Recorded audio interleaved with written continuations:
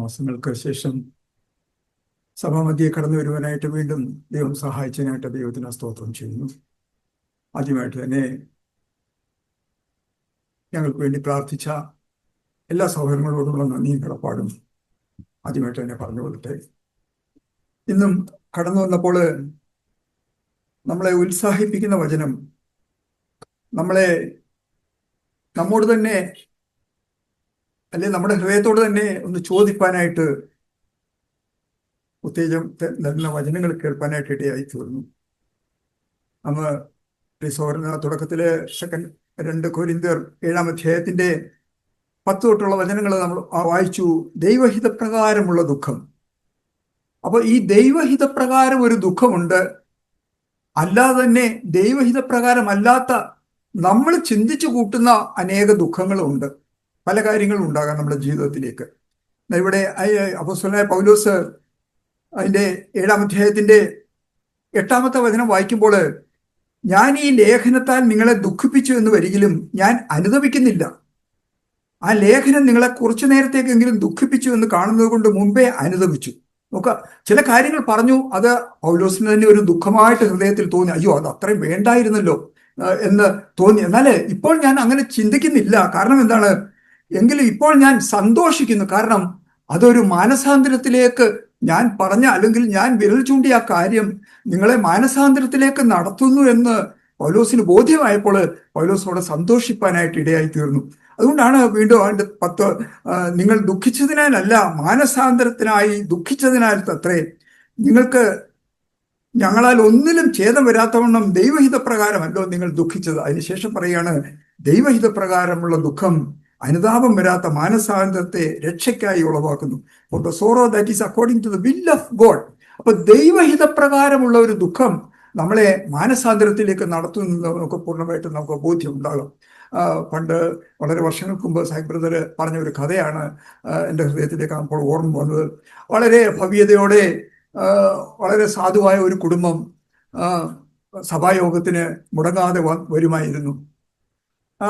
3 കുട്ടികളും മാതാപിതാക്കളും ഒരുമിച്ച് കടന്നു വന്ന അവരെ കുറച്ച് വർഷങ്ങൾക്ക് കഴിഞ്ഞപ്പോൾ അവരെ സമ്പന്നതയിലേക്ക് കടന്നു പോകാനായിട്ട് ഇടയായി തീർന്നു. അപ്പോൾ ഈ സമ്പന്നതയിലേക്ക് കടന്നു പോയപ്പോൾ പിതാവിന് ആ ബിസിനസ് വിപുലീകരിക്കേണ്ടതായിട്ട് വന്നു, അതിന് ആൾക്കാരെ കൂട്ടേണ്ടതായിട്ട് വന്നു. അപ്പോൾ അനേക ജോലി അല്ലെന്നൊരില് ആ കണ്ണുകള് പല സ്ഥലങ്ങളിൽ എത്തേണ്ടതായിട്ട് വന്നു.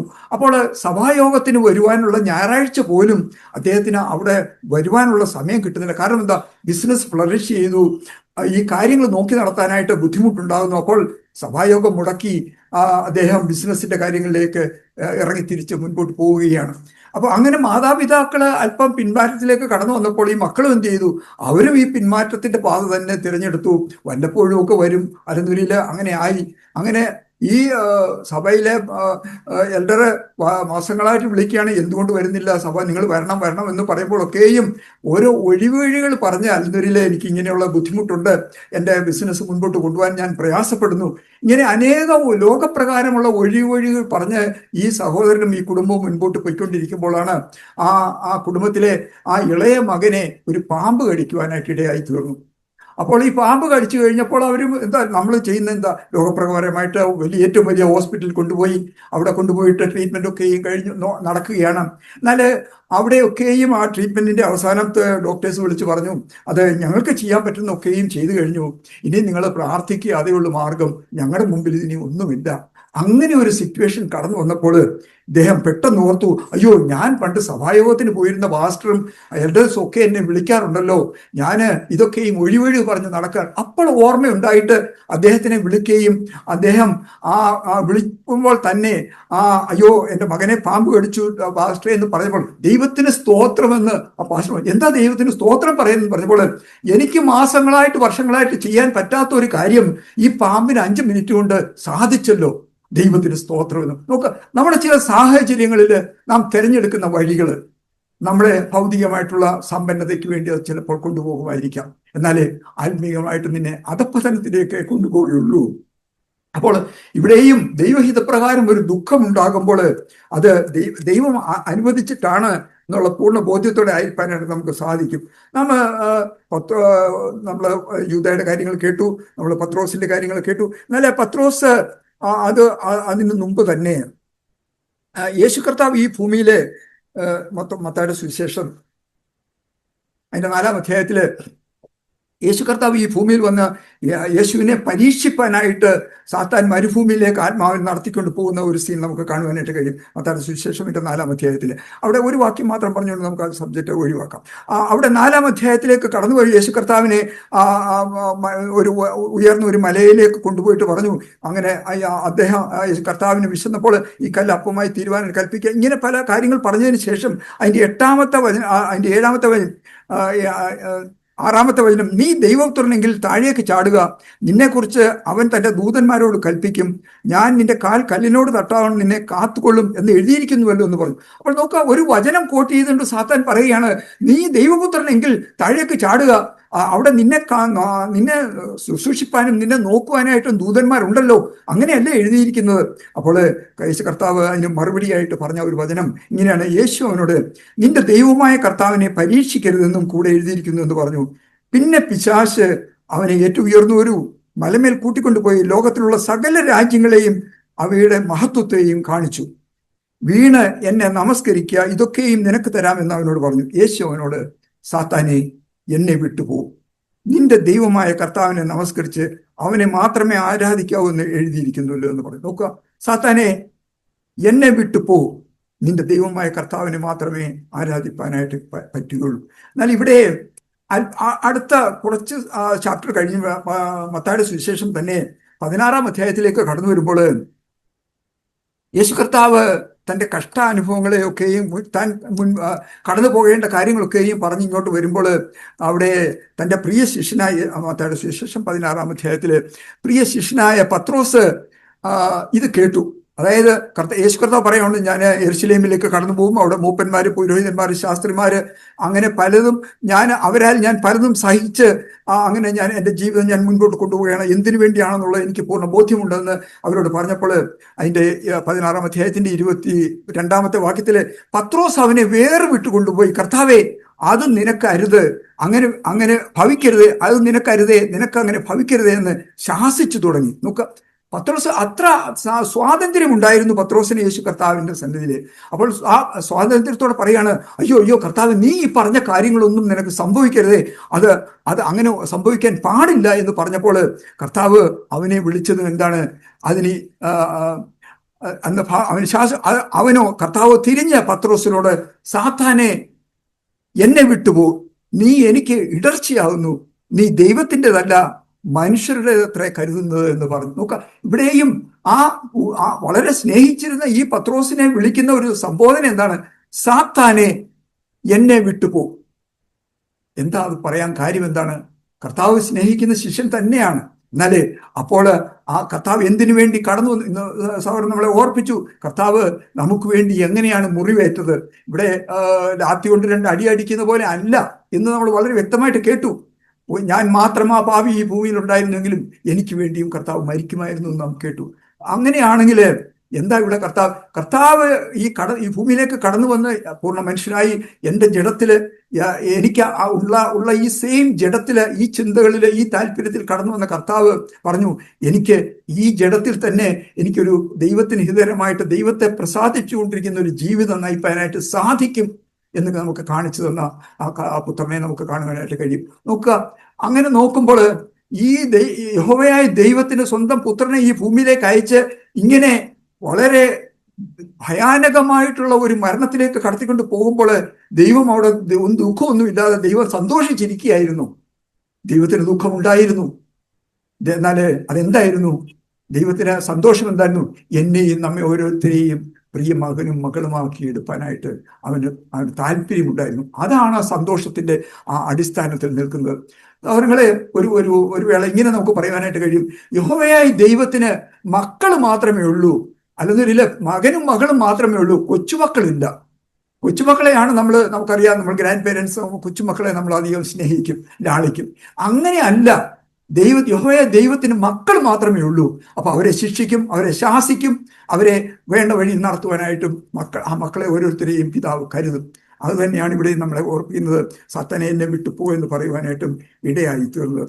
നാം മുൻപോട്ട് വായിക്കുമ്പോൾ നാം പത്രോസിന്റെ ലേഖനത്തിലേക്ക് കടന്നു വരുമ്പോൾ 1 പത്രോസ് ഫസ്റ്റ് പീറ്റർ അതിന്റെ 4-ാം അധ്യായത്തിൽ അതിന്റെ 4-ാം അധ്യായത്തിന്റെ 1-2 വാക്യങ്ങൾ നമ്മളിങ്ങനെയാണ് വായിക്കുന്നത്. ക്രിസ്തു ജഡത്തിൽ കഷ്ടം അനുഭവിച്ചുകൊണ്ട് നിങ്ങളും ആ ഭാവം തന്നെ ആയുധമായി ധരിപ്പീൻ.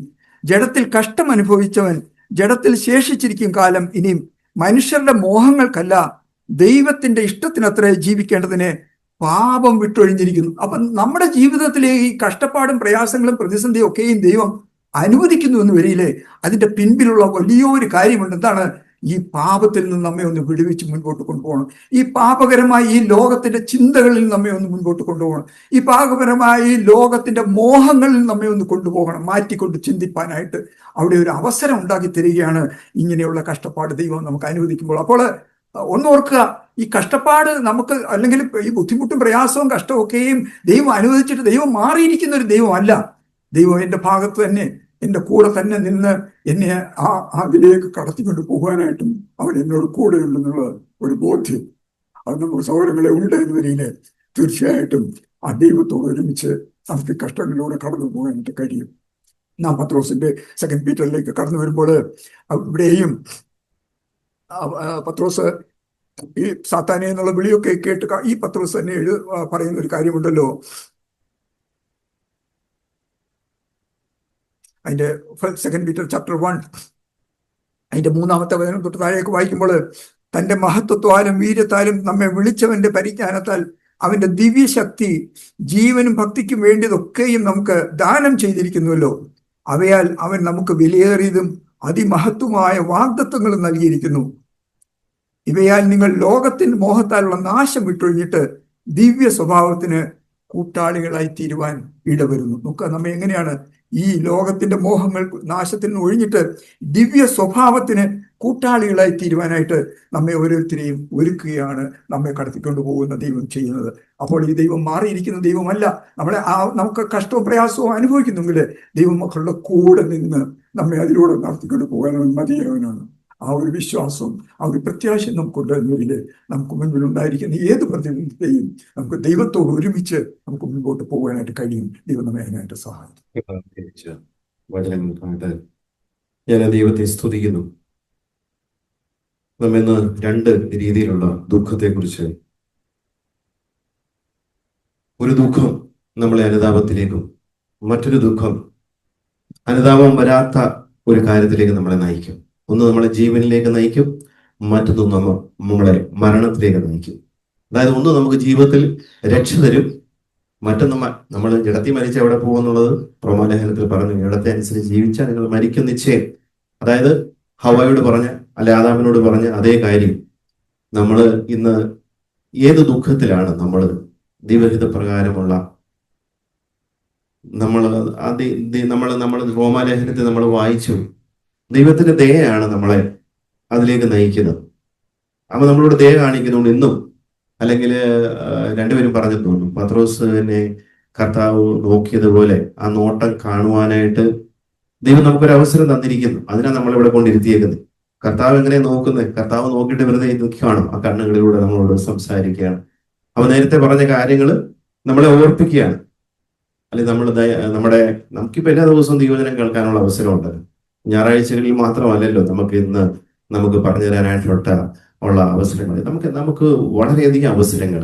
അതാണ് ദൈവം നമ്മളോട് കാണിക്കുന്ന ദയ എന്ന് പറയുന്നത്. എല്ലാ ദിവസവും ദൈവത്തിന്റെ വചനം കേട്ട് അതനുസരിച്ച് ജീവിക്കാനായിട്ട് ദൈവം നമുക്ക് അവസരം തന്നിരിക്കുന്നു. അത് നമ്മുടെ ജീവിതത്തെ എന്തോ ചെയ്യണം? മാനസാന്തരത്തിലേക്ക് നയിക്കണം. ആ മാനസാന്തരത്തിലേക്ക് നയിക്കുമ്പോഴാണ് നമ്മുടെ ജീവിതത്തിൽ ഒരു അനുതാപം. അവിടെ നമ്മൾ നുറുക്കപ്പെടുന്നില്ല എങ്കിൽ, നമ്മുടെ ജീവിതത്തെ നമ്മൾ സമർപ്പിക്കുന്നില്ല എങ്കിൽ അത് നമ്മളെ രക്ഷയിലേക്ക് നയിക്കത്തില്ല. ഇനി ഈ ലോകപ്രകാരമുള്ള ദുഃഖം എന്ന് പറയുന്നതിനെക്കാട്ടും നല്ലത് നമ്മുടെ പ്രാണൻ അല്ലെങ്കിൽ നമ്മുടെ ദേഹിയിൽ ഉണ്ടാകുന്ന ദുഃഖം എന്ന് പറയുന്നത് നല്ലത്. കാരണം അത് നമ്മളെ താൽക്കാലികമായിട്ട് 4 പേരുടെ ഉദാഹരണങ്ങൾ പറഞ്ഞു. 2 പേര് നമ്മുടെ പഴയ നിയമത്തിൽ നിന്നുള്ള രാജാക്കന്മാരായിട്ടുള്ള ശൗലിനെയും ദാവീദിനെയും ദൈവം തന്നെ തിരഞ്ഞെടുത്തത്. നോക്കണം, അവരുടെ 2 പേരുടെ അന്ത്യം വളരെ വ്യത്യസ്തമായ രീതിയിലാണ്. ശൗലിനോട് ശമൂവേൽ പ്രവാചകന് വളരെ വ്യക്തമായിട്ട് അവന്റെ ജീവിതത്തിലുള്ള കുറവുകളെ കുറിച്ച് പറഞ്ഞു. അവൻ മനുഷ്യന്റെ മാനം അന്വേഷിച്ചു. തന്റെ മാനം പോകാതിരിക്കാൻ വേണ്ടി എങ്ങനെങ്കിലുമൊക്കെ ഒന്ന് അതിൽ തന്നെ തൂങ്ങി, രാജ്യത്വത്തിൽ തൂങ്ങി ജീവിക്കാനായിട്ട് ആഗ്രഹിച്ചു. അവന്റെ ജീവിതത്തെ സന്തോഷിപ്പിക്കുന്ന കാര്യമാണ് സൂക്ഷിച്ചു വെച്ചല്ലേ. ഈ ആടുമാടുകളെയൊക്കെ സൂക്ഷിച്ചു വെച്ചു എന്ന് പറഞ്ഞു കഴിഞ്ഞാൽ അത് ദൈവത്തിന് വേണ്ടിയാണെന്നുള്ളൊരു വ്യാജേന, ഇത് യാഗം കഴിക്കാം എന്നൊക്കെ ഉള്ള രീതിയിൽ. പക്ഷെ അവനത് നഷ്ടപ്പെടുത്തി കളയാനായിട്ട് അവന് താല്പര്യം. അതിനവൻ സൂക്ഷിച്ചു വെച്ചത്. ദൈവം പറഞ്ഞതിനെ കൊന്നുകളയണം, നിർമൂലമാക്കണമെന്ന് പറഞ്ഞു. പക്ഷെ അവനത് ചെയ്തില്ല. അവനത് ആ നഷ്ടം സഹിക്കാനായിട്ട് അവന് താല്പര്യം ഉണ്ടായിരുന്നില്ല. അത് നഷ്ടപ്പെടുത്താതെ അതിനെ സൂക്ഷിച്ചു വെക്കാനായിട്ട് ഇടയാക്കി. പക്ഷെ അതിന്റെ അവസാനം എന്താ സംഭവിച്ചത്? രാജ്യത്ത് ദൈവം തിരഞ്ഞെടുത്ത ഒരാളിനെ ദൈവം തന്നെ തള്ളിക്കളയേണ്ട ഒരു അവസ്ഥയിലേക്ക് വന്നു. അവന്റെ ജീവിതത്തിലെ ദുഃഖം എങ്ങനെയുള്ളതായിരുന്നു നമുക്ക് മനസ്സിലാക്കാനായിട്ട് കഴിയും. എന്നാൽ നാഥാൻ പ്രവാചകന് ദാവീദിന്റെ നേരെ വിരൽ ചൂണ്ടിയപ്പോൾ അവനത് മനസ്സിലായി. അതുകൊണ്ടാണ് എനിക്ക് 51 സങ്കീർത്തനം എഴുതുമ്പോൾ എന്നെ നന്നായിട്ട് കഴിയണം എന്നെ, കാരണം ഞാൻ അത്ര കുറവുള്ളവന്. 51 സങ്കീർത്തനത്തിലെ വരികൾ, ആ വാക്കുകൾ നമ്മൾ വായിക്കുള്ളൂ. എന്നെ നന്നായിട്ട് കഴിയണം ദൈവമേ. കാരണം ദൈവഹിതപ്രകാരമുള്ള ഒരു ദുഃഖം തന്റെ ജീവിതത്തിൽ വന്നതുകൊണ്ടാണ് തന്റെ ജീവിതത്തിൽ ആ അനുതാപം ഉണ്ടായിട്ട് എന്നെ നന്നായിട്ട് കഴിയണമെന്ന് പറയുന്നത്.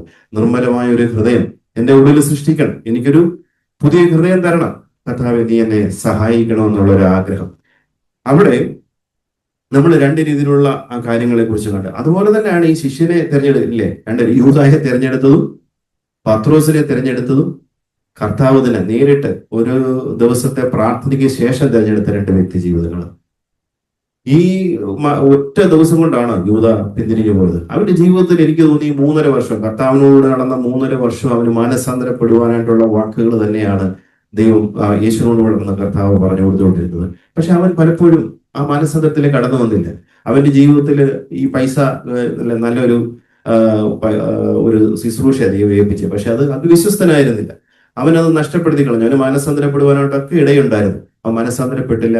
അവസാനം ദേഹിയിൽ ഒരു വിഷമുണ്ടായോ, എത്ര നാളെ എന്നോട് കടന്ന ഒരാളിനെ ഞാൻ അതാ കുറ്റമില്ലാത്ത രക്തം ചൊരിഞ്ഞു എന്നൊക്കെ പറഞ്ഞ് സന്ദീപ് പറഞ്ഞ പോലെ കുറച്ച് ദേഹീപരമായ വികാരം പുറപ്പെടുവിക്കുന്ന ചില വാക്കുകൾ പറഞ്ഞതെന്ന് മാത്രമേ ഉള്ളൂ. പക്ഷേ അത് വചനം എന്തിനാ കേൾക്കുന്നത് തന്നെ? വചനം കേൾക്കുന്നതിന്റെ ഒരു ഉദ്ദേശം തന്നെ മാനസാന്തരപ്പെടുക എന്നുള്ളതാണ്. ആ മാനസാന്തരത്തിലേക്ക് നമ്മളെ നയിക്കാനായിട്ടുള്ള വചനം കേട്ട ഒരു വ്യക്തി നമ്മുടെ മുമ്പിലേക്ക്. ഇനി നമ്മൾ എബ്രായ ലേഖനത്തിലേക്ക് വന്നു കഴിഞ്ഞാൽ ഈശോ 12-ാം അധ്യായം നമ്മൾ വായിക്കുമ്പോൾ അവന് നഷ്ടപ്പെട്ടൊരു കാര്യം, അത് ആ ഒരു വാക്യം ഞാനൊന്ന് വായിക്കാനായിട്ട് ആഗ്രഹിക്കുന്നു. കണ്ണുനീരോടുകൂടി നമ്മൾ അതിനെ ഒരു ഭയത്തോടു കൂടി നമ്മളത് കാണേണ്ടതായിട്ടുണ്ട് എന്ന് എനിക്ക് പലപ്പോഴും തോന്നിയിട്ടുണ്ട്. അവന് ലഭിക്കേണ്ടിയിരുന്ന ഒരു അവകാശം, അത് കേവലം ജഡപ്രകാരമുള്ള ഒരു സന്തോഷത്തിന് വേണ്ടി അത് നഷ്ടപ്പെടുത്തുന്നതായിട്ട് നമുക്ക് കാണാനായിട്ട് കഴിയും. 12-ന്റെ അതിന്റെ 16 മുതലുള്ള വാക്യം വായിച്ചു കഴിഞ്ഞാൽ, ഒരു ഊണിന് ജ്യേഷ്ഠാവകാശം വിറ്റുകളഞ്ഞ ഏശാവിനെ പോലെ അഭക്തനോ ആയിത്തീരുകയും ചെയ്തിരിപ്പാൻ കരുതിക്കൊള്ളുവിൻ. അവൻ പിന്നത്തേതിൽ അനുഗ്രഹം ലഭിപ്പാൻ ആഗ്രഹിച്ച് കണ്ണുനീരോടുകൂടെ അപേക്ഷിച്ചിട്ടും തള്ളപ്പെട്ട് മാനസാന്തരത്തിന് ഇട കണ്ടില്ല എന്ന് നിങ്ങൾ അറിയുന്നുവല്ലോ. അപ്പൊ നമുക്ക് ലഭിക്കുന്ന ചില അവസരങ്ങളുണ്ട്. ദൈവം നമ്മളോട് സംസാരിക്കുമ്പോൾ മാനസാന്തരപ്പെടുകയും അനുദപിക്കുകയും നമുക്ക് ലഭിക്കേണ്ട അനുഗ്രഹങ്ങളെ നമ്മൾ മുറുകെ പിടിക്കുക, നഷ്ടപ്പെടുത്തിക്കളയും. ഈ രക്ഷയൊക്കെ എന്ന് പറഞ്ഞാൽ നമുക്കൊരു അനുഗ്രഹമായിട്ട് ദൈവം തന്നേക്കുന്നതാണ്. അല്ലെങ്കിൽ ദൈവത്തിന്റെ വചനം ഇന്ന് സമർത്ഥമായിട്ട് നമുക്ക് തന്നുകൊണ്ടിരിക്കുന്ന ദൈവത്തിന്റെ ഒരു ദാനമാണ്. അത് നഷ്ടപ്പെടുത്താനായിട്ട് പാടില്ല. ഇത് നമ്മൾ ആ വചനത്താല് കർത്താവേ ഞങ്ങളെ ശുദ്ധീകരിക്കണേ. അല്ലെ, യോഹന്നാന്റെ സുവിശേഷം നമ്മൾ വായിക്കുന്നുണ്ട്. വചനം നമ്മളെ ശുദ്ധീകരിക്കുന്ന ഒന്നാണ്. ആ വചനത്താല് നമ്മളെ ശുദ്ധീകരിക്കുന്നുള്ള നിലവിളിയോടുകൂടി പത്രോസിനെ ദൈവം കർത്താവ് തിരിഞ്ഞു നോക്കിയപ്പോൾ അവന്റെ ഹൃദയത്തിൽ ആ ഒരു അനുതാപം ഉണ്ടായിട്ടാണ് അവനെ പൊട്ടിക്കരയാനായിട്ട് ഇടയാക്കുന്നത്. അത് അവനെ കഴുകി ശുദ്ധീകരിച്ചു. അതുകൊണ്ടാണ് പിന്നെ കർത്താവിന് വേണ്ടി നിൽക്കുവാനായിട്ടുള്ള ആ ഒരു പിന്നെയും കർത്താവിനെ അനുഗമിക്കാനുള്ള ഒരു ആഗ്രഹം അവന്റെ ജീവിതത്തിൽ ഉണ്ടാകുന്നതും പിന്നെയും കർത്താവ് അവനെ തേടി വരുന്നതും. ഒരുപക്ഷെ ഈ യൂദ മരിക്കുന്നതിന് മുമ്പ് കർത്താവിനെ തേടി ചെന്നുകൂടായിരുന്നു. അവന്റെ ജീവിതത്തിൽ ഒരു അനുതാപം ഉണ്ടായില്ല. ആ ഒരു അനുതാപം ഉണ്ടായിരുന്നെങ്കിൽ തീർച്ചയായിട്ടും അവനെ ഈ കയറ് കയറ്റലിടുന്നതിന് മുമ്പേ കർത്താവ് അവനെയും തേടി ചെന്നേനെ. അവിടെ ഉണ്ടായി. 7-ാമത്തെ വാക്യത്തിൽ നമ്മൾ വായിക്കുന്നു, ക്രിസ്തു തന്റെ ഐഹിക ജീവകാലത്ത് തന്നെ മരണത്തിൽ നിന്ന് രക്ഷിപ്പാൻ കഴിയുന്നവനോട് ഉറച്ച നിലവിളിയോടും കണ്ണുനീരോടും കൂടെ അപേക്ഷിച്ചു. നമ്മുടെ ജീവിതത്തിൽ ഈ ഒരു കണ്ണുനീര് എന്തിനു വേണ്ടിയുള്ള ഒരു കണ്ണുനീരാണ്? നമുക്ക് ഏറ്റവും വലിയത് നമുക്ക് ദൈവം തന്ന ഈ രക്ഷയാണ്. അത് നമ്മുടെ ജീവിതത്തിൽ ഒരിക്കലും നമ്മൾ നഷ്ടപ്പെടുവാനായിട്ട് ഇടയാകരുത്. നമ്മുടെ ജീവിതത്തിൽ നിന്ന് അത് അത് നഷ്ടപ്പെടുവാൻ ഇടയായി തീർന്നു കഴിഞ്ഞാൽ നമ്മുടെ ഈ കൂടി വരുന്നത് കൊണ്ടൊന്നും പ്രയോജനമില്ലാതായി തീരും.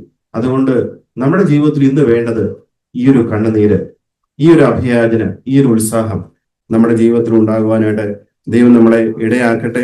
നമ്മൾ ഈ 2 കൊരിന്ത്യർ 7-ാം അധ്യായം അതിന്റെ 10-ാമത്തെ വാക്യത്തിലാണല്ലോ നമ്മൾ കൂടുതൽ നമ്മളതിനെ കുറിച്ച് ചിന്തിച്ചത്. ഈ ഈ ഒരു 2 കൊരിന്ത്യർ 7-ന്റെ 11-ാമത്തെ വാക്യം ഞാൻ മറ്റൊരു ഭാഷാന്തരത്തിൽ നിന്ന് വായിക്കാനായിട്ട് ആഗ്രഹിക്കുന്നു. അതായത്, ദൈവികമായ ദുഃഖം നിങ്ങൾക്കുണ്ടായിരുന്നു, ഇപ്പോൾ ആ ദുഃഖം നിങ്ങൾക്ക് എന്താണ് കൊണ്ടുവന്നതെന്ന് കാണുക.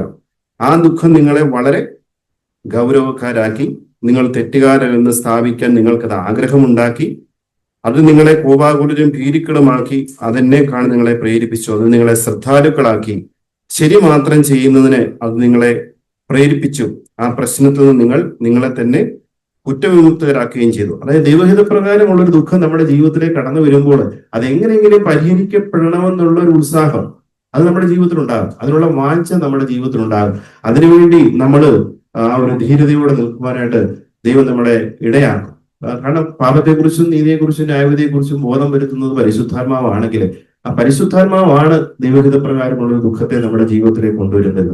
അത് നമ്മുടെ ജീവിതത്തിൽ ദൈവം നമ്മളോട് കാണിക്കുന്ന ഒരു ദയയാണെന്നുള്ളത് ഓർത്തുകൊണ്ട് ഇന്ന് പകൽക്കാലം നമ്മൾ ഈ കേട്ട ഒരു കാര്യം നമ്മുടെ ജീവിതത്തെ അത് അനുഗ്രഹമാക്കി തീർക്കുവാനായിട്ട്, കർത്താവേ, അത് രക്ഷയിലേക്ക് എന്നെ നയിക്കുന്ന ഒരു കാര്യമാണ്.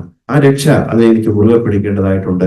അത് ദൈവത്തോടും മനുഷ്യരോടും അത് 2 രീതിയിലുള്ള കാര്യങ്ങളുണ്ട്. ദൈവഹിതപ്രകാരമുള്ള ഒരു ദുഃഖം എന്ന് പറയുമ്പോൾ നമ്മളൊരു സഹോദരനോടും നമ്മൾ ആ ഒരു ബന്ധം നമുക്ക് നന്നായ രീതിയിൽ മുന്നോട്ട് പോകണമെങ്കിൽ അവിടെ നമ്മൾ ആ മനസ്സാന്തരപ്പെടേണ്ടതായിട്ടുണ്ട്. അവിടെ നമുക്ക് അനുതാപമുണ്ടാകും. ചിലപ്പോൾ നമുക്ക് വാക്കുകളിലായിരിക്കും, അല്ലെ നമ്മുടെ പെരുമാറ്റം കൊണ്ടായിരിക്കും, അല്ലെ നമ്മുടെ പ്രതികരണം കൊണ്ടായിരിക്കും ഒരാളെ നമ്മളിൽ നിന്ന് അകറ്റിക്കളയുന്നത്. അവിടെയും നമ്മളെ തന്നെ ആ ദൈവഹിതപ്രകാരം നമ്മൾ ഏറ്റു പറയേണ്ടതാണെങ്കിൽ, കാരണം ശൗലിന്റെ ജീവിതത്തിൽ സംഭവിച്ച കാര്യം നമ്മുടെ ജീവിതത്തിൽ സംഭവിക്കാതിരിക്കാനായിട്ട് നമ്മുടെ ജീവിതത്തെ തന്നെ കർത്താവിന്റെ സന്നിധിയിൽ സമർപ്പിക്കുകയും, കർത്താവെ, ഓരോ ദിവസവും എന്നെ ആ മാനസാന്തരത്തിലേക്ക് നയിച്ച് അത് വീണ്ടും അതിലേക്ക് എനിക്ക് വീഴുവാൻ ഇടയാകരുത്. അതിനുള്ളൊരു ഉത്സാഹം എൻ്റെ ജീവിതത്തിൽ ഉണ്ടാകണം. അതിനുള്ള ശക്തി നീ എനിക്ക് തരണം. അതിനുള്ളൊരു ധൈര്യം എനിക്ക് ഉണ്ടാകണം. അതിനുവേണ്ടി ഞാൻ എൻ്റെ ഹൃദയം ഏകാഗ്രമായിരുന്നുകൊണ്ട് അതിനുവേണ്ടി എനിക്ക് പ്രവർത്തിക്കാനായിട്ട് കഴിയണം. ദൈവം നമ്മൾ ഈ പല ഉദാഹരണങ്ങൾ കേൾക്കുമ്പോൾ നമ്മൾ ആരുടെ ഭാഗത്ത് നിൽക്കുന്നത്? നമ്മൾ ദാവീദിനെ പോലെ നമ്മുടെ കുറവുകളെ ഏറ്റുപറയുന്നവരായിട്ടാണോ? പത്രോസിനെ പോലെ പൊട്ടിക്കരയുന്നവരായിട്ടാണോ? യേശുവിനെ മാതൃകയായിക്കൊണ്ട് എനിക്ക് വീഴാതെ നിൽക്കണം. കാരണം അതാണ് എനിക്ക് വേണ്ടത്. എനിക്ക് വീഴാതെ നിൽക്കുവാനുള്ള ഒരു കണ്ണുനീരും ഒരു നിലവിളി എന്റെ ഹൃദയത്തിൽ ഉണ്ടാകണം. അതിനുവേണ്ടി നിൽക്കുവാനായിട്ട് ദൈവം നമ്മളെ സഹായിക്കട്ടെ. പലപ്പോഴും നമ്മള് തെറ്റുകൾ ചെയ്തു പോയ നമ്മള് കേട്ട പോലെ നമ്മുടെ സ്വയത്തിൽ നിന്ന് ചിലപ്പോൾ ഒരു ദുഃഖം ഉണ്ടാകും.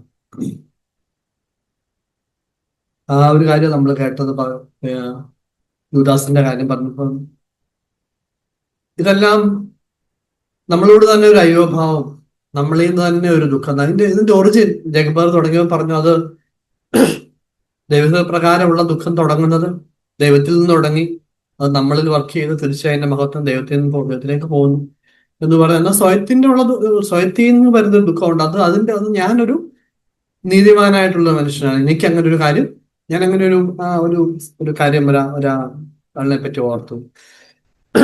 അദ്ദേഹത്തെ ഒത്തിരി ബുദ്ധിമുട്ടിലേക്ക് കൊണ്ടുപോയി. അവിടെ അദ്ദേഹത്തിന് മാനസാന്തരപ്പെടാനായിട്ട് പറ്റിയില്ല. അവിടെ അത് ഇത്രയും നല്ല ഒരു ഭക്തനായിട്ട് ജീവിച്ച ഒരാള് ഇങ്ങനൊരു പാപം ഇങ്ങനൊരു തെറ്റ് ചെയ്യാമോ? അത് അദ്ദേഹത്തെ മാനസാന്തരപ്പെടാനായിട്ട് അനുവദിച്ചില്ല എന്ന് മാത്രം. അത് വളരെ നാൾ അദ്ദേഹത്തെ ടോർമെന്റ് ചെയ്തുകൊണ്ടിരുന്നു. അതിനൊരിക്കലും അദ്ദേഹത്തിന് പുറത്തു വരാനായിട്ട് കഴിഞ്ഞില്ല എന്നാണ് ഞാൻ മനസ്സിലാക്കുന്നത്. അത് അങ്ങനെയല്ല. നമ്മളോട് പറഞ്ഞപ്പോ ദൈവം പറഞ്ഞത്, ഈ വാസ്തവത്തിലുള്ള മാനസാന്തരം, ദൈവത്തിന്റെ ദയ നമ്മളെ മാനസാന്തരത്തിലേക്ക് നയിക്കുന്നു. അതിന്റെ ഒറിജിൻ ദൈവത്തിൽ നിന്നാണെങ്കിൽ എനിക്ക് എന്റെ ജീവിതത്തിൽ സംഭവിച്ച ചില കാര്യങ്ങളുടെ പിന്നെ ഇതിനെ നമ്മുടെ സ്വയത്തിൽ നിന്നുള്ള ദുഃഖം അതിന്റെ മുതലെടുക്കുന്നത് പലപ്പോഴും പിശാചായിരിക്കും. നീ ഇത്ര കാലമായിട്ട് മീറ്റിങ്ങിനൊക്കെ പോകുന്ന ഒരാള് ഇങ്ങനെയൊക്കെയാണോ കാര്യങ്ങൾ ചെയ്യുന്നത്? അപ്പൊ പിന്നെ ഇങ്ങനെയാണോ നീ ബിഹേവ് ചെയ്യുന്നത്? അപ്പം നമ്മൾ അയ്യോ ശരിയാ, ഞാനങ്ങ് ഇങ്ങനെ ആയിപ്പോയി, എന്തോ ചെയ്യാനാ, അങ്ങനെ നമ്മൾ ഹോപ്പ്ലെസ് ആയി പോകും. നമുക്ക് മുന്നോട്ട് പോകാനായിട്ട് കഴിയത്തില്ല. എന്നാൽ വാസ്തവത്തിൽ ദൈവഹിതപ്രകാരമുള്ള ദുഃഖം നമ്മളെ ആ നിലയിൽ സ്വയം സഹതാപത്തിലേക്ക് കൊണ്ടുപോകാൻ വേണ്ടിയല്ല, വാസ്തവത്തിലുള്ള ഒരു മാനസാന്തരത്തിലേക്കും. കർത്താവേ, ഞാൻ വാസ്തവത്തിൽ അങ്ങയ്ക്കെതിരെ പാപം ചെയ്തു, ദാവീദ് പറഞ്ഞ പോലെ I sinned against U Lord. കർത്താവേ, എങ്കിലും ഞാൻ മാനസാന്തരപ്പെടുന്നു, ഞാൻ മടങ്ങി വരുന്നു കർത്താവേ, ഇനി അപ്രകാരം ചെയ്യാൻ ആഗ്രഹിക്കുന്നില്ല എന്ന് പറഞ്ഞിട്ടുള്ള ഒരു ശരിയായ തീരുമാനം കൂടെ അതിന്റെ പുറകിലുണ്ട് എന്ന് ഞാൻ മനസ്സിലാക്കുന്നു. പ്രകാരം നമ്മുടെ എന്റെ മാനസാന്തരം കർത്താവെ, അത് കർത്താവെ അങ്ങിൽ നിന്ന് തന്നെ തുടങ്ങുന്നതാകട്ടെ. ഞാൻ ജീവിതത്തിന്റെ ജീവിതത്തിലൊരു പാവം വരുന്ന സമയത്ത് കർത്താവെ, I will come to you. കർത്താവെ, ഞാൻ അടുത്ത സന്നിധിയിലേക്ക് തന്നെ ഞാൻ വരും, അങ്ങയോട് തന്നെ ഞാൻ ഈ കാര്യം പറയും. കർത്താവെ, എന്റെ രക്ഷയും എന്റെ മാനസാന്തരവും എല്ലാം കർത്താവെ അങ്ങ് തന്നെയാണ് അതിനെ മുന്നോട്ട് കൊണ്ടുപോകേണ്ടത്. അപ്രകാരം ജീവൻ ചെയ്യാൻ ദൈവം നമ്മെ സഹായിക്കട്ടെ. ദൈവഹിത പ്രകാരം ഒരു ദുഃഖം, ലോകത്തിന്റെ ദുഃഖം പറഞ്ഞല്ലോ. അപ്പം നമ്മളൊരു തെറ്റ് ചെയ്തു, പക്ഷെ നമുക്ക് വീണ്ടും അത് ചെയ്യാൻ ഇഷ്ടമാണ്. പക്ഷെ ശരിക്കും പറഞ്ഞാല് ആ പാപം ചെയ്യാനായിട്ട് വീണ്ടും നമുക്ക് ഇഷ്ടമാണ്. പാപം ചെയ്യാതിരിക്കാൻ വയ്യ. അത് ആ ദുഃഖം ദൈവഹിത പ്രകാരമുള്ള ദുഃഖമല്ല. അത് നമ്മുടെ കൂടെയുള്ളവരൊക്കെ അറിഞ്ഞു, അപ്പോൾ നമുക്കൊരു ഖേദമുണ്ടായി. ഇതൊരു ലോകത്തിന്റെ ദുഃഖമാണ്. ദൈവപ്രകാരമുള്ള ദുഃഖം എന്ന് പറഞ്ഞാല് ഞാൻ പറഞ്ഞ പോലെ ദൈവത്തിൽ നിന്ന് തുടങ്ങി നമ്മിലേക്ക് വന്ന് നമ്മൾ ദൈവത്തിലേക്ക് തന്നെ മാനസാന്തരപ്പെട്ടിരിക്കുന്ന. ലോകത്തിന്റെ ദുഃഖം എന്ന് പറയുമ്പോൾ നമ്മിൽ തന്നെ തുടങ്ങി നമ്മൾ തന്നെ വർക്കൗട്ട് ചെയ്ത് നാശത്തിലേക്ക് പോകുന്ന ഒരു കാര്യം. കഴിഞ്ഞ ആഴ്ച നമ്മൾ കേട്ട പോലെ സന്നിധിയിൽ വസിച്ച് അവന്റെ കാൽക്കൽ വീണ് കിടക്കുമ്പം ആ പാദത്തിൽ ചുംബിക്കാൻ എളുപ്പമാണല്ലോ. അപ്പം അത് മാത്രമേ ഉള്ളൂ. എപ്പോഴും നമ്മുടെ ജ്ഞാനിയും അയ്യോഭാവം ജ്ഞാനിയും ഒന്നും ഇല്ലാതെ ദൈവപ്രകാരം തന്നെ ജീവിക്കാനായിട്ട് അവന്റെ സന്നിധിയിൽ എപ്പോഴും വസിക്കുവാൻ ദൈവം നമ്മളെ ഓരോരുത്തരും സഹായിക്കും. കേൾപ്പിച്ച വളരെ നന്ദി പറയുന്നു. ഒന്ന് കേട്ടത് 2 കൊരിന്ത്യർ 8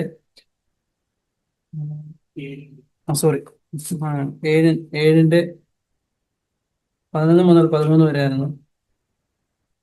അതില് പാവങ്ങളെ കുറിച്ചായിരുന്നു പറഞ്ഞത്. 2 തരത്തിലുള്ള പാവങ്ങളാണ്. രണ്ട് തരത്തിലുള്ള ദുഃഖത്തെ കുറിച്ച് പറഞ്ഞത് പറയുകയാണെങ്കിൽ, ഒന്നാമത് ദൈവപ്രകാരമുള്ള ദുഃഖം. ഇത് നമ്മളെ പാവങ്ങൾ മുമ്പാകെ വിഷമിക്കുകയും മാനസാന്തരപ്പെടുകയും ചെയ്യുന്ന ദുഃഖമാണ്. ഈ ദുഃഖം നമ്മെ ദൈവത്തോട് കൂടുതൽ അടുപ്പിക്കുകയും ദൈവത്തിൽ മാറ്റം വരുത്തുകയും ചെയ്യുന്നു. അതുകൊണ്ട് ഈ രക്ഷയിലേക്ക് നയിക്കുന്നത്. രണ്ടാമത് ലോകപ്രകാരമുള്ള ദുഃഖം. ഇത് പാപങ്ങളെ കുറിച്ച് യഥാർത്ഥ മാനസാന്തരമല്ല, മറിച്ച് അതിന്റെ ഫലങ്ങളെ കുറിച്ചാണ്. വിഷമം മാത്രമാണ്. ഇത് മനുഷ്യനെ നിരാശയിലേക്കും ആത്മീയ തകർച്ചയിലേക്കും നയിക്കുന്നു. അതുകൊണ്ട് തെറ്റുകൾ സംഭവിക്കുമ്പോൾ വിഷമിക്കാതെ ദൈവസന്നിധിയിൽ മാനസാന്തരപ്പെടുക. ദൈവതരമുള്ള ദുഃഖം നമ്മുടെ രക്ഷയിലേക്കും പുതിയ ജീവിതത്തിലേക്ക് നയിക്കുന്നു. ഇവിടെ കേൾപ്പിച്ചത് ദൈവകൃത പ്രകാരമുള്ള ദുഃഖം. ദൈവം നമുക്ക് ദുഃഖമൊന്നും തരത്തില്ല, പക്ഷെ കറക്റ്റ് ചെയ്യും. 10 ദിവസം വിളിച്ചതുപോലെ സാധാരണയൊക്കെ വിളിച്ചെന്നിരിക്കും. പക്ഷെ അത് കേട്ട് നമ്മൾ ഒഫൻഡ് ആക്കാവരുത്. നമ്മളെ ദൈവം കണ്ടിട്ടുണ്ടെങ്കിൽ ദൈവത്തിന്റെ വഴിയിൽ തന്നെ കൊണ്ടുപോയി വളച്ചൊടിച്ചു ദൈവത്തിന്റെ സന്നിധിയിൽ തന്നെ നമ്മളെ നിർത്തുമെന്നാണ് ഞാൻ മനസ്സിലാക്കുന്നത്. ഒരു കാര്യങ്ങൾ പറഞ്ഞു കൂട്ടത്തിലാണ്. മത്തായിയുടെ സുവിശേഷം 27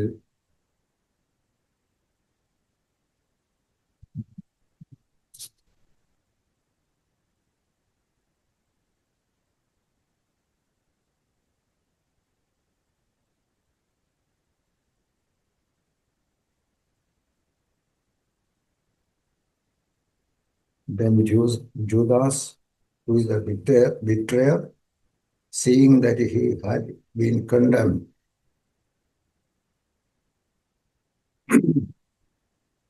was remorseful and brought back that 30 pieces of silver to the chief priest and the elders. അവരുടെ കൊണ്ടുപോയി അവരുടെ ഞാൻ ഇങ്ങനെ ചിന്തിക്കുമായിരുന്നു. ഇത് വായിച്ച അവസരത്തിൽ ഞാൻ ഇങ്ങനെ ചിന്തിക്കും, ഈ യൂദാസിന് ഇത്രയും നാള് താൻ യൂദാസ് കർത്താവിന്റെ കൂടെ നടന്നിട്ട് പോലും കർത്താവിന് മനസ്സിലാക്കിയില്ല.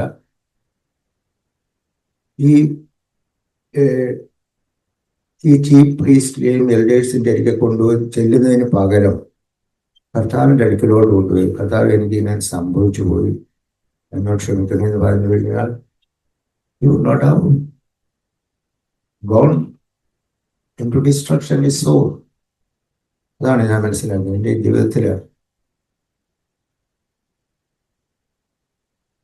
നടക്കുന്നതൊക്കെ ചിലപ്പോഴൊക്കെ എൻ്റെ സ്വന്തം do not lean on your own understanding എന്ന് നമ്മൾ വായിക്കുന്നു. കർത്താവിൽ ഒരിക്കലും അങ്ങ് കാൽക്കലം വീഴണം. കർത്താവെ എന്നോട് ക്ഷമിക്കണമേ, കർത്താവ് ക്ഷമിച്ചു തരും. അതാണ് ഗോഡ്ലി സോറോ. നമ്മൾ ആരുടെ ആയിരിക്കില്ല പിന്നെ പോയി കാൽക്കൈ വീഴുന്ന സൃഷ്ടാവ് ഇരിക്കുന്നത് കാൽക്കൈ വീഴുന്ന കഴിഞ്ഞാൽ സൃഷ്ടാവ് ഒരിക്കലെന്ന് എന്നെ തള്ളിക്കളയത്തില്ലെന്നാണ് മനസ്സിലാക്കുന്നത്. കർത്താവിൻ്റെ വഴിയിൽ തന്നെ പോകുന്നതിന് വേണ്ടി ഇച്ചിരി പ്രയാസമായിരിക്കും. ഒന്ന് താഴ്ന്നു കൊടുക്കുന്നത്. അത് ആരുടെ ഇരിക്കുക താഴ്ന്ന്? ദൈവത്തിൻ്റെ ഇരിക്കുക താഴ്ന്നു നാട്ടിൽ ഞാൻ ആഗ്രഹിക്കുന്നു. ആ godly sorrow, it will be sometimes painful. Okay, let it happen to me, but it leads to life, not destruction. തീർച്ചയായും പറയുന്നു. നമ്മള് ക്രൈസ്റ്റ് സെന്റേർഡ് ആയിട്ടുള്ള ഒരു സോറോനെ കുറിച്ചാണ് നമ്മൾ കേട്ടത്. അപ്പം നമ്മളിപ്പം നമ്മൾ ചിന്തിക്കുകയാണെങ്കിൽ നമ്മള് ക്രൈസ്റ്റിന്റെ സോറോയിൽ നമ്മൾ അൺസക്സസ്ഫുൾ ആന്ന് പറയുമ്പോഴേക്ക് നമ്മളിപ്പം ലോകത്തുള്ള ഒരാളോട് നമ്മൾ പറയുമ്പോൾ നമ്മൾ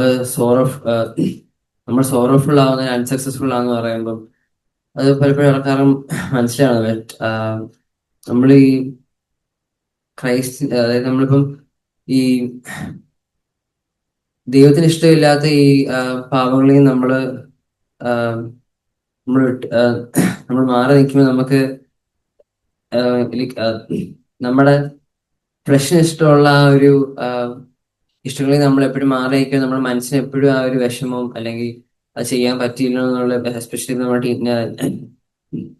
ഞാൻ ടീനേജർ ആകുമ്പോൾ അതിന്റെ ഇങ്ങനെ പ്രയാസങ്ങൾ പലപ്പോഴും വരാറുണ്ട്. അപ്പം ഞാനത് പലപ്പോഴും മനസ്സിലാക്കുന്നത് ഇറ്റ്സ് ബിക്കോസ് ഞാൻ ആ ദൈവം എനിക്ക് വേണ്ടി മരിച്ച ആ ഒരു എനിക്ക് വേണ്ടി ക്രൂശിക്കപ്പെട്ട ആ ഒരു അതിന്റെ ആ ഒരു ഇന്റൻസിറ്റി പലപ്പോഴും മനസ്സിലാക്കാത്തതുകൊണ്ടാണ് എനിക്ക് തോന്നാറുണ്ട്. സോ സിറ്റിംഗ് ഹിയർ എനിക്ക് മനസ്സിലായിലേക്ക് അത് എന്റെ മനസ്സിൽ എനിക്ക് കൂടുതൽ വെളിപ്പെടണമെന്ന് എനിക്ക് ആഗ്രഹമുണ്ട്. എന്നെ പ്രേ ദാറ്റ് ക്രൈസ്റ്റിന്റെ ആ ഒരു സ്നേഹം എനിക്ക് കൂടുതൽ മനസ്സിലാക്കണമെന്ന് ആഗ്രഹമാണ്.